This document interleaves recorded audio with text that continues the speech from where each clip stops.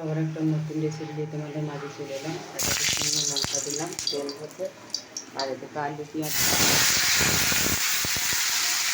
দিয়ে দিলাম। আর দুটো কড়াই তেল আছে, সেটাকে 5 ফোড়ন দিলাম। আর এটাকে আলু কাটা আছে,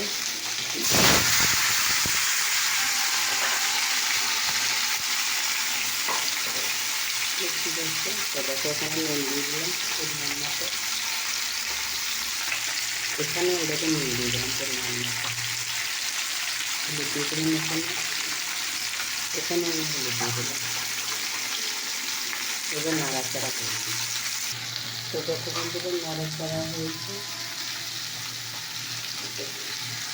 এবার আমি ছোটো জিরে গুঁড়ো, তো দেখো বন্ধুরা এখানে জিরে গুঁড়ো আর লঙ্কার গুঁড়ো দিয়ে দেওয়া হয়েছে। আর দেখো এখানে দেখো স্বাদ বড়িটা দেওয়া হয়ে গেল। তো দেখো বন্ধুরা আমার আলুটা ভাজা হয়ে গেছে, আর এখানে দেখো এখন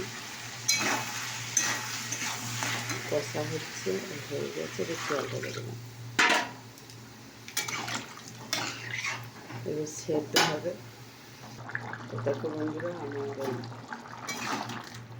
রেসিপিটা আমার হয়ে গেছে। তো কেমন লাগলো তোমাদের অবশ্যই কমেন্ট করে জানিও।